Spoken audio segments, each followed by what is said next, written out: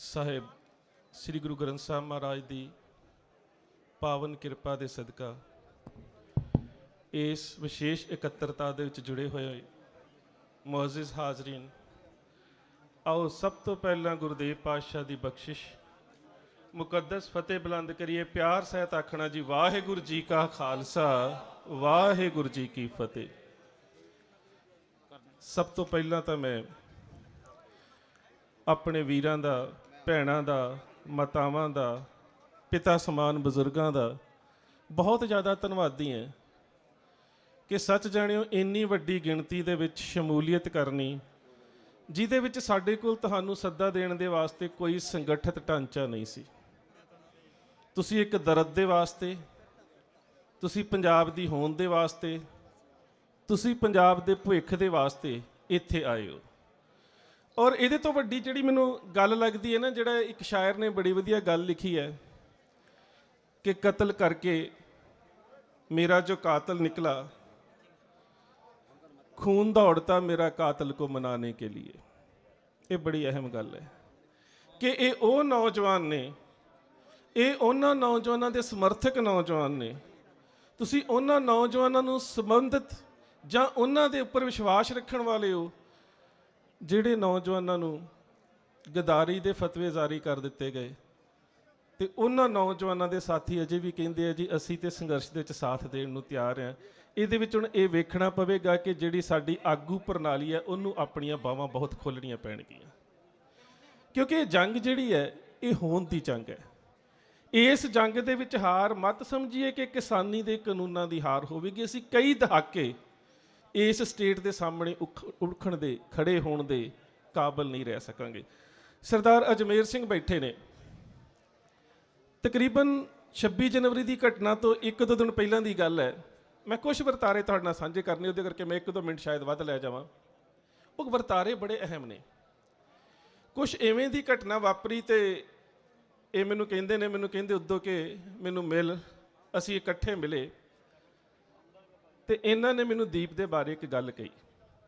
कहंदे उदों कि वेख, दीप सिद्धू दा सुभाਅ जज्बाती है, रिबेलीयन नेचर है, बागी सुभाਅ दा है, पर एक गल का ख्याल रखी कि यह बेईमान ते धोखेबाज नहीं है। जज्बाती होना ते बागी होना ये मनुख के सुभाਅ हुंदे ने, ते धोखेबाज ते बेईमान होना ये औगण हुंदे ने।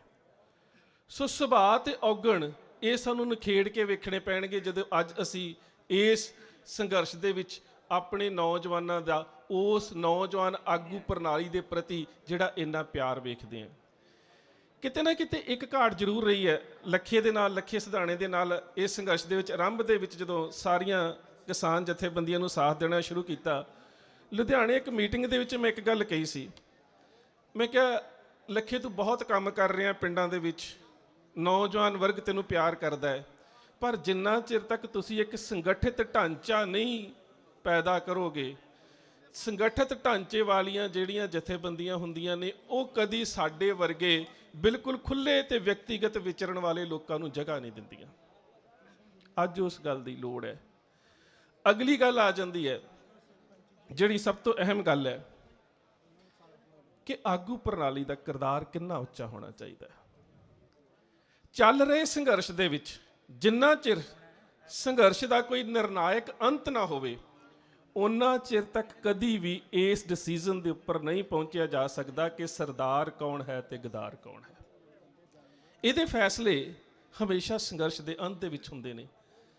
ते वो नौजवान जिन्हां ने इस संघर्ष नूं पंजाब तो पुट के दिल्ली के बार्डर दीआं बरूहां तक लैके जाण दे विच इन्ना वड्डा योगदान पाया होवे ते उन्हां नूं गद्दारी दे प्रमाण पत्र जारी कर दिते जाण, ये भी कोई छोटी कोताही नहीं सी। मैं छोटी जी गल साझी करदा रसूल हमजा तौब की किताब मेरा दागिस्तान दे विच। वो मैं इस करके कर लगा कि उस तो पहला मैं संत जरनैल सिंह की एक कोटेशन तुहाडे नाल जरूर साझी करदा। मैनूं लगदा है कि जिहदी व्याख्या जिहड़ी है ना आउण वालियां सदियां दे हर संघर्ष दे विच शब्द मंगदी रहेगी। वो उन्हां दे शब्द सी, शरीर दा मरना मैं मौत नहीं समझदा, ज़मीर दा मर जाना यकीनन मौत है।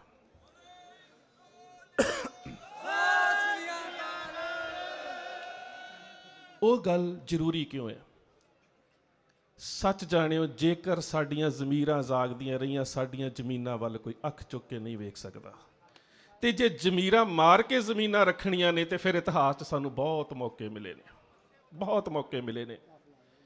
ਇਮਾਮ ਸ਼ਮੀਲ ਲੜਦਾ ਰਿਹਾ ਆਪਣੀ ਜ਼ਮੀਨ ਦੇ ਵਾਸਤੇ, ਲੜਦਾ ਰਿਹਾ ਆਪਣੇ ਕਬੀਲੇ ਦੇ ਵਾਸਤੇ, ਲੜਦਾ ਰਿਹਾ ਆਪਣੇ ਲੋਕਾਂ ਦੇ ਵਾਸਤੇ। ਤੇ ਜਿਸ ਵੇਲੇ ਆਪਣੀ ਆਖਰੀ ਜੰਗ ਲੜ ਰਿਹਾ ਸੀ, ਰੂਸ ਦੇ ਜ਼ਾਰ ਦਾ ਜਰਨੈਲ ਬਿਰਿਆਤਿੰਸਕੀ ਉਸ ਦੇ ਸਾਹਮਣੇ ਸੀ। ਬੜੀ ਭਿਆਨਕ ਜੰਗ ਹੋਈ। ਅਖੀਰ ਇੱਕ ਗਦਾਰ ਨੇ ਧੋਖਾ ਕੀਤਾ ਤੇ ਇਮਾਮ ਸ਼ਮੀਲ ਦੀ ਪਿੱਠ ਦੇ ਵਿੱਚ ਖੰਜਰ ਮਾਰ ਦਿੱਤਾ। ਇਮਾਮ ਸ਼ਮੀਲ ਝੁਕਿਆ ਪਿਆ, ਉਹਦੇ ਸਾਹਮਣੇ ਜੇਤੂ ਜਰਨੈਲ ਬਿਰਿਆਤਿੰਸਕੀ, ਜਿਸ ਨੇ ਜਿੱਤ ਜਾਣਾ। ਤੇ ਬਿਰਿਆਤਿੰਸਕੀ ਉਸ ਨੂੰ ਪਤਾ ਕੀ ਕਹਿੰਦਾ? ਕਹਿੰਦਾ, ਇਮਾਮ ਸ਼ਮੀਲ ਮੈਂ ਤੇ ਹੈਰਾਨ ਆ, ਓਏ ਤੂੰ ਇੰਨਾ ਪੱਥਰਾਂ ਦੇ ਕਰਕੇ ਲੜਦਾ ਰਿਹਾ, ਇਹ ਤਾਂ ਜ਼ਰਖੇਜ਼ ਜ਼ਮੀਨ ਹੈ ਹੀ ਨਹੀਂ। ਤੂੰ ਇਹਨਾਂ ਪੱਥਰਾਂ ਦੇ ਕਰਕੇ ਲੜਦਾ ਰਿਹਾ, ਇਸ ਜ਼ਮੀਨ ਚੋਂ ਮਿਲਣਾ ਕੀ ਸੀ? ਤੂੰ ਤੇ ਮੂਰਖ ਹੈ। ਮੂਰਖ ਮੈਂ ਨਹੀਂ ਕਹਿੰਦਾ, ਮੂਰਖ ਤੂੰ ਹੈ। ਇਹ ਕੱਲੇ ਕੱਲੇ ਪੱਥਰ ਦੇ ਉੱਪਰ ਮੇਰੇ ਕਬੀਲੇ ਦੇ ਨੌਜਵਾਨਾਂ ਦਾ ਖੂਨ ਡੁੱਲਿਆ। ਮੈਂ ਇਸ ਪਥਰੀਲੀ ਜ਼ਮੀਨ ਕਰਕੇ ਨਹੀਂ, ਆਪਣੇ ਖੂਨ ਦੀ ਜ਼ਮੀਰ ਕਰਕੇ ਲੜ ਰਿਹਾ। ਤੇ ਜਿੰਨਾ ਚਿਰ ਤੱਕ ਇਹਨਾਂ ਪੱਥਰਾਂ ਦੇ ਉੱਪਰ ਮੇਰੇ ਕਬੀਲੇ ਦੇ ਖੂਨ ਦੀ ਮਹਿਕ ਹੈ, ਉਹਨਾਂ ਚਿਰ ਤੱਕ ਮੈਂ ਜਿਹੜਾ ਲੜਦਾ ਰਵਾਂਗਾ। ਅਖੀਰ ਦੇ ਵਿੱਚ ਗਰਦਾਰੀ ਤੇ ਸਰਦਾਰੀ। ਉਹ ਕਹਿੰਦਾ, ਹੁਣ ਤੇ ਤੇਰਾ ਅੰਤ ਹੋ ਗਿਆ, ਹੁਣ ਤੇ ਤੂੰ ਕਬਰ 'ਚ ਹੀ ਪੈਣਾ ਹੈ ਨਾ। ਕਹਿੰਦਾ, ਬੇਸ਼ੱਕ ਕਬਰ 'ਚ ਪੈ ਜਾਵਾਂ, ਪਰ ਇੱਕ ਗੱਲ ਯਾਦ ਰੱਖੀ ਬਿਰਿਆਤਿੰਸਕੀ, ਕਬਰ ਦੇ ਵਿੱਚ ਪੈਣ ਤੋਂ ਬਾਅਦ ਵੀ ਮੇਰੀ ਪਿੱਠ ਤਾਂ ਸਿੱਧੀ ਹੋ ਜਾਵੇਗੀ, ਪਰ ਤੂੰ ਗਦਾਰੀ ਦੇ ਕਰਕੇ ਮੈਨੂੰ ਮਾਰਿਆ ਹੈ, ਇਸ ਕਰਕੇ ਤੇਰੀਆਂ ਨਜ਼ਰਾਂ ਸਾਰੀ ਉਮਰ ਸਿੱਧੀਆਂ ਨਹੀਂ ਹੋ ਸਕਦੀਆਂ, ਤੂੰ ਸਿੱਧਾ ਨਹੀਂ ਹੋ ਸਕਦਾ। ਇਹ ਸਾਨੂੰ ਇਤਿਹਾਸ ਦੇ ਵਿੱਚ ਬਹੁਤ ਵਾਰੀ ਮਿਲਿਆ ਹੈ ਕਿ ਸਾਡੇ ਆਗੂਆਂ ਨੇ ਜ਼ਮੀਨਾਂ ਤੋਂ ਉੱਪਰ ਉੱਠ ਕੇ ਜਦੋਂ ਜ਼ਮੀਰ ਦੀ ਗੱਲ ਕੀਤੀ ਹੈ ਤਾਂ ਅਸੀਂ ਰਾਜ ਨੂੰ ਸਿਰਜਿਆ। ਜਿਸ ਵੇਲੇ ਅਹਿਮਦ ਸ਼ਾਹ ਅਬਦਾਲੀ ਸਿੱਖਾਂ ਦੇ ਕੋਲੋਂ ਹਾਰ ਗਿਆ, ਆ ਤੁਹਾਡੇ ਨੇੜੇ ਦਾ ਇਲਾਕਾ ਵੱਡਾ ਘੱਲੂ ਘਰ, ਜਿਸ ਦੇ ਵਿੱਚ ਸਾਡਾ ਇੰਨਾ ਵੱਡਾ ਕਤਲੇਆਮ ਹੋਇਆ ਕਿ ਸਾਡੇ ਇਤਿਹਾਸਕ ਸਰੋਤਾਂ ਦੇ ਵਿੱਚ ਇਹ ਗੱਲ ਲਿਖਣੀ ਪੈ ਗਈ ਕਿ ਲੋਕ ਕਹੇ ਸਿੰਘ ਸਭ ਗਿਆ ਮਾਰਾ, ਖੱਪਿਓ 50 ਔਰ ਖੱਪ ਗਿਓ ਸਾਰਾ। ਬੜੇ ਮਾਰੇ ਗਏ ਨੇ, ਕੁਝ ਨੇਤਾ ਬਚੇ ਨੇ, ਕੁਝ ਆਗੂ ਬਚੇ ਨੇ। ਤੇ ਉਸ ਤੋਂ ਬਾਅਦ ਅਹਿਮਦ ਸ਼ਾਹ ਅਬਦਾਲੀ ਨੇ ਆਪਣਾ ਇੱਕ ਕਾਸਦ ਨਾਨੂ ਸਿੰਘ ਗਰੇਵਾਲ ਦੇ ਨਾਲ ਸਿੱਖਾਂ ਦੇ ਕੋਲ ਭੇਜਿਆ ਸਮਝੌਤੇ ਦੇ ਵਾਸਤੇ। ਸਮਝੌਤਾ ਜ਼ਮੀਨੀ ਸੀ। ਉਹ ਆ ਕੇ ਕੀ ਕਹਿੰਦਾ? ਕਹਿੰਦਾ ਕਿ ਮੈਂ ਅਹਿਮਦ ਸ਼ਾਹ ਅਬਦਾਲੀ ਦਾ ਕਾਸਦ ਹਾਂ, ਮੈਸੰਜਰ, ਸੁਨੇਹਾ ਲੈ ਕੇ ਆਇਆ, ਤੁਹਾਡੀ ਜਾਨ ਨੂੰ ਕੋਈ ਖਤਰਾ ਨਹੀਂ, ਤੁਸੀਂ ਇੱਥੇ ਜ਼ਿੰਦਗੀ ਬਸਰ ਕਰ ਸਕਦੇ ਹੋ। ਬਸ ਜਦੋਂ 6 ਛਮਾਹੀ ਸਾਡਾ ਸ਼ਾਹ ਆਵੇ ਨਾ, ਜਦੋਂ ਸਾਡਾ ਬਾਦਸ਼ਾਹ ਆਵੇ, ਤੇ ਤੁਸੀਂ ਕਣਕ, ਬਾਜਰਾ, ਗਵਾਰਾ, ਮੱਕੀ, ਮੋਠ, ਜੋ ਇੱਥੇ ਫਸਲ ਹੁੰਦੀ ਸੀ, ਉਹ ਨਜ਼ਰਾਨੇ ਦੇ ਰੂਪ ਦੇ ਵਿੱਚ ਦੇ ਦਿਆ ਕਰੋ, ਤੇ ਤੁਸੀਂ ਇੱਥੇ ਵਧੀਆ ਜ਼ਿੰਦਗੀ ਜੀ ਸਕਦੇ ਹੋ। ਇਹੀ ਅੱਜ ਸਾਨੂੰ ਕਾਰਪੋਰੇਟ ਘਰਾਣੇ ਦੀ ਇਹੀ ਚੁਣੌਤੀ ਹੈ ਨਾ ਜੀ। ਖੇਤੀ ਕਰ ਸਕਦੇ ਹੋ, ਦੇਣੀ ਸਾਨੂੰ ਹੈ, ਇਹੀ ਹੈ ਨਾ। ਜ਼ਮੀਨ ਤੇ ਜ਼ਮੀਰ ਦਾ ਅੰਤਰ। ਸਿੱਖਾਂ ਦੇ ਜਥੇਦਾਰ ਬੈਠੇ ਨੇ, ਸਰਦਾਰ ਚੜ੍ਹ ਸਿੰਘ ਬੈਠੇ ਨੇ, ਸਰਦਾਰ ਹਰੀ ਸਿੰਘ ਬੈਠੇ ਨੇ, ਦੋਵੇਂ ਜੱਸਾ ਸਿੰਘ ਬੈਠੇ ਨੇ, ਕਰਮ ਸਿੰਘ ਬੈਠੇ ਨੇ, ਬਹਿ ਕੇ ਮਸ਼ਵਰਾ ਕੀਤਾ। ਤੇ ਮਸ਼ਵਰਾ ਕਰਨ ਤੋਂ ਬਾਅਦ ਅਹਿਮਦ ਸ਼ਾਹ ਅਬਦਾਲੀ ਦੇ ਕਾਸਦ ਦੇ ਹੱਥ ਜਿਹੜਾ ਸੁਨੇਹਾ ਭੇਜਿਆ ਨਾ, ਤੇ ਮਸ਼ਵਰੇ ਵਿੱਚ ਵੀ ਗੱਲਾਂ ਬਾਤਾਂ ਹੋਈਆਂ। ਸਸਤਾ ਸੌਦਾ ਹੈ, ਹੋ ਸਕਦਾ ਹੈ ਕੱਲ ਨੂੰ ਕਾਰਪੋਰੇਟ ਘਰਾਣੇ ਜ਼ਮੀਨ ਦੇ ਉੱਪਰ ਆ ਜਾਣ ਨਾ, ਤੇ ਸਾਨੂੰ ਵੀ ਲੱਗੇ ਯਾਰ ਪਹਿਲਾਂ ਤਾਂ ਅਸੀਂ 1 ਕਿੱਲੇ ਦਾ ਠੇਕਾ 50,000 ਲੈਂਦੇ ਸੀ, ਹੁਣ ਵੱਧ ਮਿਲ ਰਿਹਾ ਹੈ। ਜ਼ਮੀਰ ਦਾ ਅੰਤ ਹੋਵੇਗਾ। ਉਸ ਵੇਲੇ ਜਿਹੜਾ ਸਿੱਖਾਂ ਨੇ ਜਵਾਬ ਭੇਜਿਆ, ਉਹਨੂੰ ਕਾਵ ਰੂਪ ਦੇ ਵਿੱਚ ਸੋਹਣ ਸਿੰਘ ਸੀਤਲ ਨੇ ਲਿਖਿਆ। ਉਹ ਕਹਿੰਦੇ, ਸਾਡੇ ਵੱਲੋਂ ਸ਼ਾਹ ਨੂੰ ਕਹਿ ਦੇਣਾ ਜਾ ਕੇ, ਮਿਲਾਂਗੇ ਉਸ ਨੂੰ ਰਣ ਵਿੱਚ ਹੱਥ ਤੇਗ ਉਠਾ ਕੇ, ਸ਼ਰਤਾਂ ਰੱਖਾਂਗੇ ਰੱਤ ਨਾਲ ਗੱਲ ਬੰਨੇ ਲਾ ਕੇ, ਸ਼ਾਹ ਨਜਰਾਨੇ ਸਾਥੋਂ ਭਾਲਦਾ ਇਉਂ ਈਨ ਮਨਾ ਕੇ, ਪਰ ਸ਼ੇਰ ਨਾ ਜਿਉਂਦੇ ਸੀਤਲਾ ਨੱਕ ਨੱਥ ਪਵਾ ਕੇ।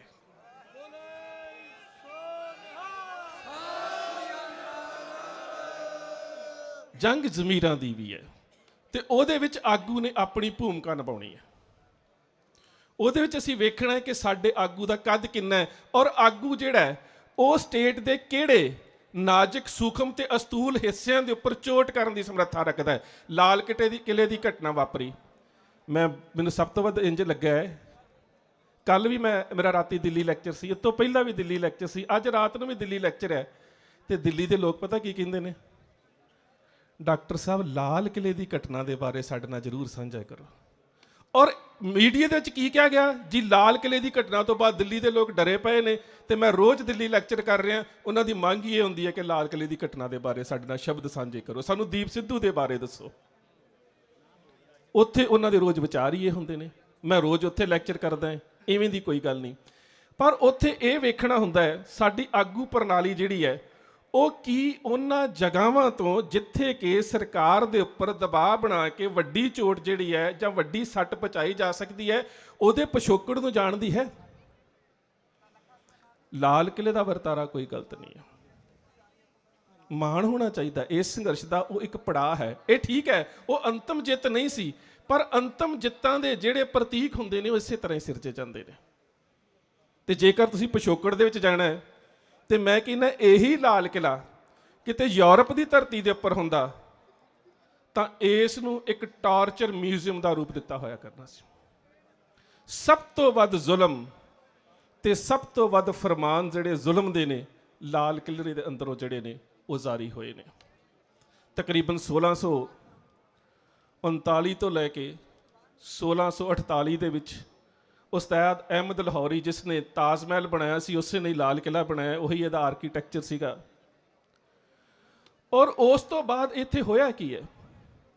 ਜਿਸ ਨੇ ਤਾਮੀਰ ਕਰਾਇਆ ਸ਼ਾਹਜਹਾਂ ਪੁੱਤਰ ਨੇ ਉਸ ਨੂੰ ਕੈਦ ਕਰ ਦਿੱਤਾ।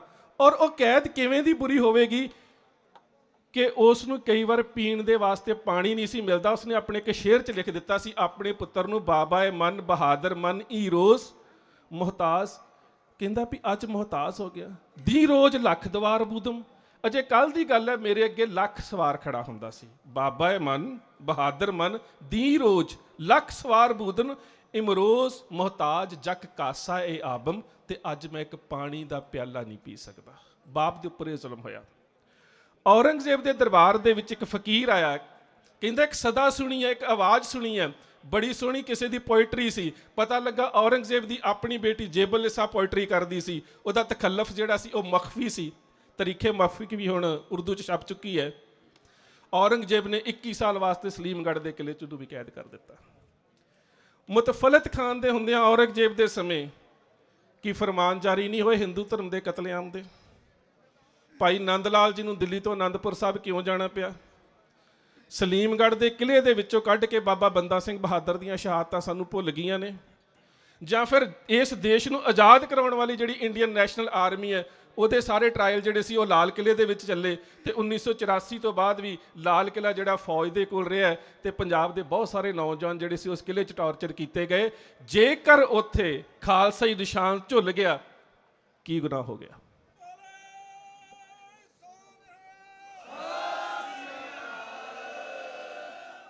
ਮੈਂ ਕਹਿੰਦਾ ਹੈਰਾਨ ਹੋ ਗਏ ਅਸੀਂ, ਸਾਡੀ ਆਗੂ ਪ੍ਰਣਾਲੀ ਜਿਹੜੀ ਹੈ ਉਹ ਕਿਉਂ ਇਹਨਾਂ ਤੱਥਾਂ ਤੋਂ ਵਾਕਿਫ ਨਹੀਂ ਸੀ ਕਿ ਇਹਦੇ ਨਾਲ ਤਾਂ ਸਰਕਾਰ ਦੇ ਉੱਪਰ ਇੱਕ ਦਬਾਅ ਪੈਦਾ ਕੀਤਾ ਜਾ ਰਿਹਾ ਸੀ। ਮੇਰੇ ਤੋਂ ਪਹਿਲਾਂ ਇੱਕ ਹਿੰਦੂ ਵੀਰ ਬੋਲ ਕੇ ਗਏ ਨੇ, ਕਹਿੰਦੇ ਸਾਨੂੰ ਮਾਣ ਮਹਿਸੂਸ ਹੁੰਦਾ ਹੈ ਕਿ ਲਾਲ ਕਿਲੇ ਦੇ ਉੱਪਰ ਖਾਲਸਾ ਹੀ ਨਿਸ਼ਾਨ ਸਾਹਿਬ ਝੁੱਲਿਆ। ਤੇ ਉਹ ਕਿਹੜੇ ਲੋਕ ਨੇ ਜਿਹੜੇ ਕਹਿੰਦੇ ਸੰਘਰਸ਼ ਦੇ ਵਿੱਚੋਂ ਧਰਮ ਤੇ ਨਿਸ਼ਾਨ ਸਾਹਿਬ ਨੂੰ ਬਾਹਰ ਲੈ ਕੇ ਚਲੇ ਜਾਓ? ਇਹ ਸਾਨੂੰ ਸੋਚਣਾ ਤਾਂ ਪਵੇਗਾ ਨਾ। ਪਰ ਫਿਰ ਵੀ ਸਾਡਾ ਜਿਹੜਾ ਅਹਿਮ ਪੱਖ ਹੈ ਉਹ ਇਹੀ ਬਣਦਾ ਹੈ ਕਿ ਇਹ ਸੰਘਰਸ਼ ਅਸੀਂ ਜਿੱਤਣਾ ਜ਼ਰੂਰ ਹੈ। ਠੀਕ ਹੈ, ਸਾਡੀ ਆਗੂ ਪ੍ਰਣਾਲੀ ਦੇ ਨਾਲ ਕਿਤੇ ਨਾ ਕਿਤੇ ਨਿਰਾਸ਼ਤਾ ਹੈ, ਨਾਰਾਜ਼ਗੀ ਹੈ। ਜਿੱਤਣਾ ਅਸੀਂ ਇਸ ਕਰਕੇ ਆ ਕਿ ਕੇਵਲ ਸੰਘਰਸ਼ ਉਹਨਾਂ ਦਾ ਨਹੀਂ ਹੈ, ਇਹ ਸਾਡਾ ਸਾਰਿਆਂ ਦਾ ਹੈ। ਇਹ ਸਾਰਿਆਂ ਦੀ ਸਾਂਝੀ ਜੰਗ ਹੈ। ਇਹ ਪੰਜਾਬ ਦੀ ਹੋਂਦ ਦੀ ਗੱਲ ਹੈ। ਇਹ ਪੰਜਾਬ ਦੀ ਖੁਦ ਮੁਖਤਿਆਰੀ ਦੀ ਗੱਲ ਹੈ। ਇਹ ਸਾਡੀਆਂ ਜ਼ਮੀਨਾਂ ਦੀ ਗੱਲ ਹੈ। ਇਹ ਸਾਡੀਆਂ ਜ਼ਮੀਰਾਂ ਦੀ ਗੱਲ ਹੈ। ਔਰ ਦੂਜੀ ਗੱਲ ਹੈ ਕਿ ਹੁਣ ਤੱਕ ਅਸੀਂ ਇਸ ਦੇ ਵਿੱਚ 300 ਤੋਂ ਵੱਧ ਜਾਨਾਂ ਗਵਾ ਚੁੱਕੇ ਹਾਂ। ਬੇਸ਼ੱਕ ਜਦੋਂ ਅਸੀਂ ਸ਼ਹਾਦਤ ਦੇ ਪੈਰਾਮੀਟਰ ਦੀ ਗੱਲ ਕਰਾਂਗੇ ਨਾ ਉਹਦੇ ਵਿੱਚ ਸਾਡਾ ਇੱਕ ਸ਼ਹੀਦ ਹੈ ਭਾਈ ਨਵਰੀਤ ਸਿੰਘ। ਤੇ ਪਹਿਲੇ ਦਿਨ ਤੇ ਇਹ ਵੀ ਕਹਿ ਦਿੱਤਾ ਗਿਆ ਸੀ ਕਿ ਉਧਰੋਂ ਦੀ ਆਉਣ ਵਾਲੇ ਵੀ ਸ਼ਰਾਰਤੀ ਅਨਸਰ ਨੇ। ਖੈਰ ਇਹ ਗੱਲ ਵੱਖਰੀ ਹੈ। ਭਾਈ ਨਵਰੀਤ ਸਿੰਘ ਇਸ ਸੰਘਰਸ਼ ਦਾ ਮੋਢੀ ਸ਼ਹੀਦ ਹੈ। ਔਰ ਇਹਨਾਂ ਹੀ ਜਥੇਬੰਦੀਆਂ ਦੇ ਮੁਤਾਬਕ 1200 ਤੋਂ 1500 ਕਰੋੜ ਦਾ ਖਰਚ, ਜਾਨੀ ਤੇ ਮਾਲੀ ਨੁਕਸਾਨ, ਤੇ ਉਹਦੇ ਬਾਵਜੂਦ ਜੇ ਅਸੀਂ ਸੰਘਰਸ਼ ਦੇ ਵਿੱਚੋਂ ਕੋਈ ਪ੍ਰਾਪਤੀ ਨਹੀਂ ਕੱਢਦੇ ਤਾਂ ਮੇਰੇ ਖਿਆਲ ਦੇ ਨਾਲ ਇਹ ਸਾਡੇ ਵਾਸਤੇ ਇੱਕ ਇਵੇਂ ਦਾ ਘਾਟੇਵੰਦ ਸੌਦਾ ਹੋਵੇਗਾ ਕਿ ਆਉਣ ਵਾਲੇ ਦਹਾਕਿਆਂ ਦੇ ਵਿੱਚ ਸਾਨੂੰ ਇਸ ਦੇਸ਼ ਦੇ ਵਿੱਚ ਇਸ ਸਟੇਟ ਦੇ ਖਿਲਾਫ ਲੜਨਾ ਬਹੁਤ ਔਖਾ ਹੋ ਜਾਵੇਗਾ। ਸੋ ਪਹਿਲੀ ਗੱਲ ਤਾਂ ਇਹ ਹੈ ਕਿ ਅਸੀਂ ਵੱਧ ਤੋਂ ਵੱਧ, ਬੇਸ਼ੱਕ ਨਾਰਾਜ਼ਗੀਆਂ ਨੇ, ਨਿਰਾਸ਼ਤਾਵਾਂ ਨੇ, ਪਰ ਅਸੀਂ ਵੱਧ ਤੋਂ ਵੱਧ ਜਿਹੜਾ ਹੈ ਉਹ ਆਗੂ ਪ੍ਰਣਾਲੀ ਨੂੰ ਮਜਬੂਰ ਕਰਨਾ ਹੈ ਕਿ ਉਹ ਕਿਸੇ ਵੀ ਤਰ੍ਹਾਂ ਦੇ ਨਾਲ ਇਵੇਂ ਦਾ ਸਮਝੌਤਾ ਨਾ ਕਰਨ ਜਿਹਦੇ ਨਾਲ ਪੰਜਾਬ ਦੇ ਜਿਹੜੇ ਹਿੱਤ ਆ ਉਹ ਸੁਰੱਖਿਅਤ ਨਾ ਰਹਿਣ, ਕਿਉਂਕਿ ਸਾਨੂੰ ਮਹਿਸੂਸ ਕਰਾਉਣਾ ਪਵੇਗਾ ਉਹਨਾਂ ਨੂੰ ਕਿ ਆਗੂ ਹੁੰਦੇ ਕਿਵੇਂ ਦੇ ਨੇ, ਆਗੂ ਕਿਵੇਂ ਦੇ ਹੁੰਦੇ ਨੇ, ਆਗੂ ਦੀ ਜ਼ਿੰਮੇਵਾਰੀ ਕੀ ਹੁੰਦੀ ਹੈ, ਆਗੂ ਦੀ ਪਰਿਭਾਸ਼ਾ ਕੀ ਹੁੰਦੀ ਹੈ, ਆਗੂ ਕਿਸ ਤਰ੍ਹਾਂ ਦੇ ਨਾਲ ਲਹਿਰ ਦੇ ਵਿੱਚ ਮੂਵਮੈਂਟ ਨੂੰ ਸੰਭਾਲਦਾ ਹੈ। ਇਸ ਤਰ੍ਹਾਂ ਕਦੀ ਨਹੀਂ ਹੋਇਆ ਜਿਸ ਤਰ੍ਹਾਂ ਦੇ ਨਾਲ ਇੰਜ ਹੋਇਆ। ਮੈਂ ਤੁਹਾਨੂੰ ਇੱਕ ਬੇਨਤੀ ਕਰਾਂ, ਸਮੁੰਦਰ ਬਣਦਾ ਹੈ, ਸਮੁੰਦਰ ਦੇ ਵਿੱਚ ਨਦੀਆਂ ਆਉਂਦੀਆਂ ਨੇ, ਨਾਲੇ ਆਉਂਦੇ ਨੇ, ਦਰਿਆ ਪੈਂਦੇ ਨੇ, ਬੜੇ ਵਹਾਅ ਪੈਂਦੇ ਨੇ, ਸਮੁੰਦਰ ਇੱਕ ਵਿਸ਼ਾਲ ਰੂਪ ਧਾਰਨ ਕਰਦਾ ਹੈ। ਇਸੇ ਤਰ੍ਹਾਂ ਸੰਘਰਸ਼ ਨੇ ਇੱਕ ਵਿਸ਼ਾਲ ਰੂਪ ਧਾਰਨ ਕੀਤਾ ਸੀ। ਉਹਦੇ ਅੰਦਰੋਂ ਉੱਠਦੀ ਮੌਜ ਕਈ ਵਾਰੀ ਕਿਨਾਰਿਆਂ ਦੀ ਆਪਣੀ ਮਰਿਆਦਾ ਨੂੰ ਦੂੜ ਕੇ ਤੋੜ ਵੀ ਚਲੀ ਜਾਂਦੀ ਹੈ, ਸਮੁੰਦਰ ਉਹਦੇ ਨਾਲ ਰਿਸ਼ਤਾ ਨਹੀਂ ਤੋੜਦਾ। ਪਰ ਜੇਕਰ ਰਿਸ਼ਤਾ ਤੋੜ ਦਿੰਦਾ ਹੈ ਤੇ ਫਿਰ ਕਈ ਵਾਰੀ ਉਹ ਜਿਹੜੀ ਲਹਿਰ ਹੈ ਉਹ ਤਾਂ ਆਜ਼ਾਦ ਰੁਖ ਅਖਤਿਆਰ ਕਰ ਜਾਂਦੀ ਹੈ, ਸਮੁੰਦਰ ਦੇ ਨਾਲ ਉਹ ਰਿਸ਼ਤਾ ਟੁੱਟ ਜਾਂਦਾ ਹੈ। ਇੱਥੇ ਹੁਣ ਵੱਖਰਾ ਰੂਪ ਸਿਰਜਿਆ ਗਿਆ ਹੈ ਔਰ ਉਸ ਰੂਪ ਨੂੰ ਸਿਰਜਣ ਦੇ ਵਾਸਤੇ ਆਗੂ ਪ੍ਰਣਾਲੀ ਨੂੰ ਆਪਣੀ ਜ਼ਿੰਮੇਵਾਰੀ ਨਿਭਾਉਣ ਦੀ ਲੋੜ ਹੈ। ਕਦੀ ਵੀ ਚੱਲਦੇ ਸੰਘਰਸ਼ ਦੇ ਵਿੱਚ ਜਜ਼ਬਾਤੀ ਵਹਿਣ ਦੇ ਵਿੱਚ ਆ ਕੇ ਜਦੋਂ ਨੌਜਵਾਨ ਜਿਹੜੇ ਨੇ ਉਹ ਸਰਕਾਰ ਦੇ ਨਾਲ ਵੱਡੇ ਪੱਧਰ ਦੇ ਉੱਪਰ ਟਕਰਾਅ ਲੈ ਲੈਂਦੇ ਨੇ, ਕਦੀ ਵੀ ਉਹਨਾਂ ਨੂੰ ਡਿਸਆਨ ਨਹੀਂ ਕਰਨਾ ਚਾਹੀਦਾ। ਮੈਂ ਤੁਹਾਨੂੰ ਇਤਿਹਾਸ 'ਚੋਂ ਮਿਸਾਲ ਦਿੰਦਾ, ਕਾਨੂੰਨ ਦਾ ਛੋਟਾ ਘੱਲੂਘਾਰਾ 15,000 ਸਿੱਖ ਸ਼ਹੀਦ ਹੋਏ ਨੇ ਨਾ। ਮੈਨੂੰ ਇੱਕ ਵੀ ਸਰੋਤ ਦੱਸ ਦਿਓ ਸਿੱਖ ਇਤਿਹਾਸ ਦਾ, ਜੇ ਅੱਜ ਵਰਗੇ ਇਤਿਹਾਸਕਾਰ ਹੁੰਦੇ, ਅੱਜ ਵਰਗੇ ਆਗੂ ਹੁੰਦੇ, ਪਤਾ ਕੀ ਕਹਿਣਾ ਸੀ ਜੀ, ਰੋੜੀ ਸਾਹਿਬ ਵਿਖੇ ਲਖਪਤ ਰਾਏ ਦੇ ਭਰਾ ਜਸਪਤ ਰਾਏ ਦਾ ਸਿਰ ਜਿਹੜਾ ਨਾ ਨਿਭਾਊ ਸਿੰਘ ਨੂੰ ਵੱਢਣਾ ਨਹੀਂ ਸੀ ਚਾਹੀਦਾ, ਨਹੀਂ ਤੇ ਸਾਡਾ 15,000 ਨਹੀਂ ਸੀ ਮਰਨਾ। ਬਈ ਗੱਲ ਜ਼ਮੀਰਾਂ ਦੀ ਸੀ, ਗੱਲ ਜ਼ਮੀਰਾਂ ਦੀ ਸੀ। ਸਿੱਖਾਂ ਨੇ ਔਨ ਕੀਤਾ, ਕੋਈ ਗੱਲ ਨਹੀਂ, ਫਿਰ ਕੀ ਹੋਇਆ, ਨਿਭਾਊ ਸਿੰਘ ਨੇ ਜੇ ਜਸਪਤ ਰਾਏ ਦਾ ਸਿਰ ਵੱਢ ਦਿੱਤਾ, ਸਾਡਾ ਪੁੱਤਰ ਆ। ਆਗੂ ਇੰਜ ਦੇ ਹੁੰਦੇ ਨੇ। ਜਿਸ ਵੇਲੇ ਐਸੇ ਹੀ ਵੱਡੇ ਘੱਲੂਘਾਰੇ ਦੇ ਵਿੱਚ ਜੱਸਾ ਸਿੰਘ ਆਹਲੂਵਾਲੀਆ ਘੇਰਿਆ ਗਿਆ ਤੇ ਸਰਦਾਰ ਗੁਰਮੁਖ ਸਿੰਘ ਨੇ ਸੋਚਿਆ ਕਿ ਇਹਨੂੰ ਬਾਹਰ ਕੱਢ ਦੇਵਾਂ, ਇਹਦੇ ਘੋੜੇ ਨੂੰ ਬਾਹਰ ਕੱਢ ਦੇਵਾਂ। ਜਦੋਂ ਨੇ ਕਿਰਪਾਨ ਦੇ ਮਿਆਨ ਦੇ ਨਾਲ ਛੇੜਨ ਦੀ ਕੋਸ਼ਿਸ਼ ਕੀਤੀ ਨਾ, ਤੇ ਜੱਸਾ ਸਿੰਘ ਆਹਲੂਵਾਲੇ ਨੇ ਪਤਾ ਕੀ ਕਿਹਾ ਸੀ, ਕਹਿੰਦਾ ਬਸ ਕਰ ਗੁਰਮੁਖ ਸਿਆਂ, ਮੇਰੇ ਘੋੜੇ ਨੂੰ ਘੇਰੇ ਚੋਂ ਬਾਹਰ ਨਾ ਕੱਢੀ। ਕਹਿੰਦਾ ਪਾਤਸ਼ਾਹ ਸਲਾਮਤ, ਕਿਉਂ? ਕਹਿੰਦਾ ਇਸ ਕਰਕੇ ਸਿੰਘ ਸੁਨੇ ਹਮਕੋ ਕਰੇ ਠੱਠਾ, ਘੋੜਾ ਕੁਧਾਏ ਜੱਸਾ ਸਿੰਘ ਨੱਠਾ। ਲੋਕੀ ਕਿਤੇ ਇਹ ਨਾ ਸਮਝ ਲੈਣ ਕਿ ਸ਼ਾਇਦ ਮੈਦਾਨੇ ਜੰਗ 'ਚ ਮੌਤ ਚੋਂ ਡਰਦਾ ਜੱਸਾ ਸਿੰਘ ਘੋੜਾ ਨਠਾ ਕੇ ਨੱਸ ਗਿਆ ਸੀ। ਕਿਆ ਮੁਖ ਲਾਏ ਬੈਠੇ ਦੀਵਾਨ, ਕਰੇ ਸਿੱਖ ਮਸ਼ਕਰੀ ਆਮ, ਪੰਥ ਹਮਕੋ ਪਾਤਸ਼ਾਹ ਬਣਾਇਓ, ਤੁਮ ਚਾਹਤ ਗੀਦੀਏ ਖਵਾਇਓ। ਆਵਾਮ ਦੇ ਲੀਡਰਾਂ ਨੂੰ ਸੋਚਣਾ ਪੈਂਦਾ ਹੈ ਕਿ ਆਵਾਮ ਨੇ ਉਹਨਾਂ ਨੂੰ ਕਿਸ ਮਿਆਰ ਦੇ ਉੱਪਰ ਬਿਠਾ ਦਿੱਤਾ ਹੈ, ਤੇ ਜੇਕਰ ਉਹ ਮਿਆਰ ਉੱਪਰ ਪੂਰੇ ਨਹੀਂ ਉਤਰਦੇ ਤੇ ਫਿਰ ਆਵਾਮ ਦੇ ਦਿਲਾਂ 'ਚ ਨੀਵੇਂ ਪੈ ਜਾਂਦੇ ਨੇ। ਇਹ ਸਮਝਣ ਦੀ ਬਹੁਤ ਲੋੜ ਹੈ। ਬਹੁਤ ਕੁਝ ਉੱਥੇ ਹੋ ਰਿਹਾ, ਮੈਂ ਵਕਤ ਥੋੜ੍ਹਾ ਜ਼ਿਆਦਾ ਲੈ ਗਿਆ, ਖਿਮਾ ਦਾ ਜਾਚਕ। ਬਹੁਤ ਵਰਤਾਰੇ ਰੋਜ਼ ਵਾਪਰਦੇ ਨੇ। ਕਿਸਾਨ ਮਜ਼ਦੂਰ ਸੰਘਰਸ਼ ਕਮੇਟੀ ਦੀ ਸਟੇਜ ਦੇ ਉੱਪਰ ਸੰਘ ਦੇ ਵੱਲੋਂ ਹਮਲਾ ਕੀਤਾ ਗਿਆ, ਔਰ ਤੁਸੀਂ ਹੈਰਾਨ ਹੋਵੋਗੇ ਕਿ ਜਿਸ ਦਿਨ ਅਸੀਂ ਭਾਈ ਨਵਰੀਤ ਸਿੰਘ ਦੀ ਸ਼ਹਾਦਤ ਦਾ ਦਿਹਾੜਾ ਮਨਾ ਰਹੇ ਸੀ, ਉਸ ਵੇਲੇ ਜਿਹੜਾ ਸੀਗਾ ਉਹ ਸੰਘ ਦੇ ਵੱਲੋਂ ਨਾਅਰੇ ਲਾਏ ਜਾ ਰਹੇ ਸੀ, RSS ਦੇ ਵੱਲੋਂ, ਪੁਲਿਸ ਪ੍ਰਸ਼ਾਸਨ ਦੇ ਵੱਲੋਂ ਮਿਲ ਕੇ ਉੱਥੇ ਵੱਡੇ ਵੱਡੇ ਸਪੀਕਰ ਲਾਏ ਸੀਗੇ। ਮੈਨੂੰ ਇੱਕ ਵੀਰ ਨੇ ਸਵਾਲ ਕੀਤਾ, ਕਹਿੰਦਾ ਕਿ ਕਦੋਂ ਜਾਣਗੇ? ਮੈਂ ਕਿਹਾ ਸਾਡਾ ਪ੍ਰੋਗਰਾਮ ਤੇ ਨਿਰਵਿਘਨ ਜਾਣ ਚੱਲ ਰਿਹਾ ਹੈ, ਆਪੇ ਚਲੇ ਜਾਣਗੇ। ਫਿਰ ਕਹਿੰਦਾ ਨਹੀਂ ਕੋਈ ਪ੍ਰਤੀਕਰਮ ਕੀ। ਤੇ ਮੈਨੂੰ ਇੱਕ ਵੀਰ ਦੀ ਗੱਲ ਯਾਦ ਆ ਗਈ, ਕਹਿੰਦੇ ਉਹ ਰੋਜ਼ ਹੀ ਆ ਜਾਂਦੇ ਨੇ, ਰੋਜ਼ ਆਪਣਾ ਇੱਕ ਡੀਜੇ ਦੇ ਉੱਪਰ ਗੱਡੀ ਤੇ ਡੀਜੇ ਰੱਖ ਕੇ ਆ ਜਾਂਦੇ ਨੇ, ਉੱਧਰੋਂ ਸਮਾਗਮ ਚੱਲ ਰਿਹਾ ਹੁੰਦਾ, ਉੱਧਰ ਆਪਣੀ ਉੱਚੀ ਆਵਾਜ਼ ਕਰ ਦਿੰਦੇ ਨੇ, ਤੇ ਜਦੋਂ ਆਪਣਾ ਸਮਾਗਮ ਖਤਮ ਹੁੰਦਾ ਉਹ ਵੀ ਖਤਮ ਕਰਕੇ ਚਲੇ ਜਾਂਦੇ ਨੇ। ਤੇ ਮੈਂ ਇਹਨੂੰ ਜਵਾਬ ਦਿੱਤਾ, ਮੈਂ ਕਿਹਾ ਕੋਈ ਗਾਇਕ ਸੀ, ਉਹਨੇ ਇਕੱਲਾ ਹਾਰਮੋਨੀਅਮ ਰੱਖਿਆ ਸੀ। ਇੱਕ ਦਿਨ ਉਹਦੇ ਘਰ ਦੇ ਵਿੱਚ ਕੋਈ ਆ ਗਿਆ ਤੇ ਉਹਨੇ ਟਾਈਮ ਪੁੱਛਿਆ, ਕਹਿੰਦਾ ਸਾਡੇ ਘਰ ਘੜੀ ਹੈ ਨਹੀਂ। ਕਹਿੰਦਾ ਟਾਈਮ ਕਿੱਥੋਂ ਵੇਖਦਾ? ਕਹਿੰਦਾ ਹਾਰਮੋਨੀਅਮ ਤੋਂ। ਕਹਿੰਦਾ ਯਾਰ ਇਹ ਕਿਵੇਂ ਦੀ ਗੱਲ ਹੈ, ਲੋਕ ਘੜੀਆਂ ਤੋਂ ਟਾਈਮ ਵੇਖਦੇ ਨੇ, ਤੂੰ ਕਹਿੰਦਾ ਹਾਰਮੋਨੀਅਮ ਤੋਂ ਟਾਈਮ ਵੇਖਦਾ, ਉਹ ਕਿਸ ਤਰ੍ਹਾਂ? ਕਹਿੰਦਾ ਜਦੋਂ ਮੈਂ ਰਿਆਜ਼ ਕਰਦਾ ਰਾਤ ਨੂੰ ਨਾ, ਤੇ 10-11 ਵਜੇ ਤੋਂ ਬਾਅਦ ਆਪੇ ਗਵਾਂਢੀ ਗਾਲਾਂ ਕੱਢ ਕੇ ਕਹਿਣ ਡੈ ਪੈਂਦੇ ਨੇ ਵੀ ਹਰਾਮਜ਼ਾਦਿਆ ਬੱਸ ਕਰ, ਹੁਣ ਸਾਨੂੰ ਸੌਣ ਵੀ ਦੇ, 11 ਵੱਜ ਗਏ ਨੇ। ਸੋ ਉਹੀ ਹਾਲ ਉਹਨਾਂ ਦਾ। ਅਸੀਂ ਉਹਨਾਂ ਨੂੰ ਕਹਿੰਦੇ ਹੁੰਦੇ ਕਿ ਬੱਸ ਕਰੋ, ਹੁਣ ਤੁਸੀਂ ਜੋ ਕਰ ਲਿਆ ਅਸੀਂ ਕਰ ਲਿਆ, ਅਸੀਂ ਤਾਂ ਆਪਣਾ ਕਾਰਜਕ੍ਰਮ ਜਿਹੜਾ ਉਹ ਜਾਰੀ ਰੱਖਾਂਗੇ। ਸੋ ਅਸੀਂ ਇਸ ਸੰਘਰਸ਼ ਨੂੰ ਜਿਹੜਾ ਉਹ ਜਾਰੀ ਰੱਖਾਂਗੇ। ਇਹ ਸਾਡੇ ਵੀਰ ਲੱਖਾ ਸਿਧਾਣਾ, ਪਰਮਾਤਮਾ ਕਿਰਪਾ ਕਰੇ, ਤੁਹਾਡੀਆਂ ਅਰਦਾਸਾਂ ਵਾਹਿਗੁਰੂ ਸੁਣੇ, ਜਲਦੀ ਤੋਂ ਜਲਦੀ ਉਹ ਸੰਗਤ ਦੇ ਵਿੱਚ ਆ ਜਾਣ, ਦੀਪ ਸਿੱਧੂ ਉਹਨਾਂ ਦੀ ਜ਼ਮਾਨਤ ਹੋ ਜਾਵੇ। ਕੋਸ਼ਿਸ਼ ਇਹੀ ਹੈ ਕਿ ਹੁਣ ਅਸੀਂ ਸਾਰਾ ਕਿਸਾਨੀ ਸੰਘਰਸ਼ ਨੂੰ ਲੜਾਂਗੇ, ਕਿਸਾਨੀ ਆਗੂਆਂ ਦੇ ਨਾਲ ਲੜਾਂਗੇ, ਕੋਈ ਵੱਖਰੀ ਧਿਰ ਵੱਖਰੀ ਸਟੇਜ ਨਹੀਂ ਲਾਵਾਂਗੇ, ਉਹਨਾਂ ਨੂੰ ਪੂਰਾ ਸਪੋਰਟ ਕਰਾਂਗੇ, ਪਰ ਕੋਸ਼ਿਸ਼ ਇਹ ਹੋਵੇਗੀ ਕਿ ਹਰ ਜ਼ਿਲ੍ਹੇ ਦੇ ਵਿੱਚ ਇੱਕ ਸੰਗਠਿਤ ਢਾਂਚਾ ਜਿਹੜਾ ਉਹ ਜ਼ਰੂਰ ਪੈਦਾ ਕਰੀਏ, ਜਿਸ ਦੇ ਬਾਰੇ ਤੁਹਾਡੇ ਨਾਲ ਸਰਦਾਰ ਅਜਮੇਰ ਸਿੰਘ ਹੁਣੀ ਤੇ ਸਰਦਾਰ ਬਖਸ਼ੀਸ਼ ਸਿੰਘ ਹੁਣੀ ਵਿਚਾਰ ਸਾਂਝੇ ਕਰ ਲੈਣਗੇ। ਸੋ ਇੰਨੀਆਂ ਕੁ ਬੇਨਤੀਆਂ ਪ੍ਰਵਾਨ, ਫਤਿਹ ਦੀ ਸਾਂਝ ਪਿਆਰ ਸਹਿਤ ਆਖਣਾ ਜੀ। ਵਾਹਿਗੁਰੂ ਜੀ ਕਾ ਖਾਲਸਾ, ਵਾਹਿਗੁਰੂ ਜੀ ਕੀ ਫਤਿਹ।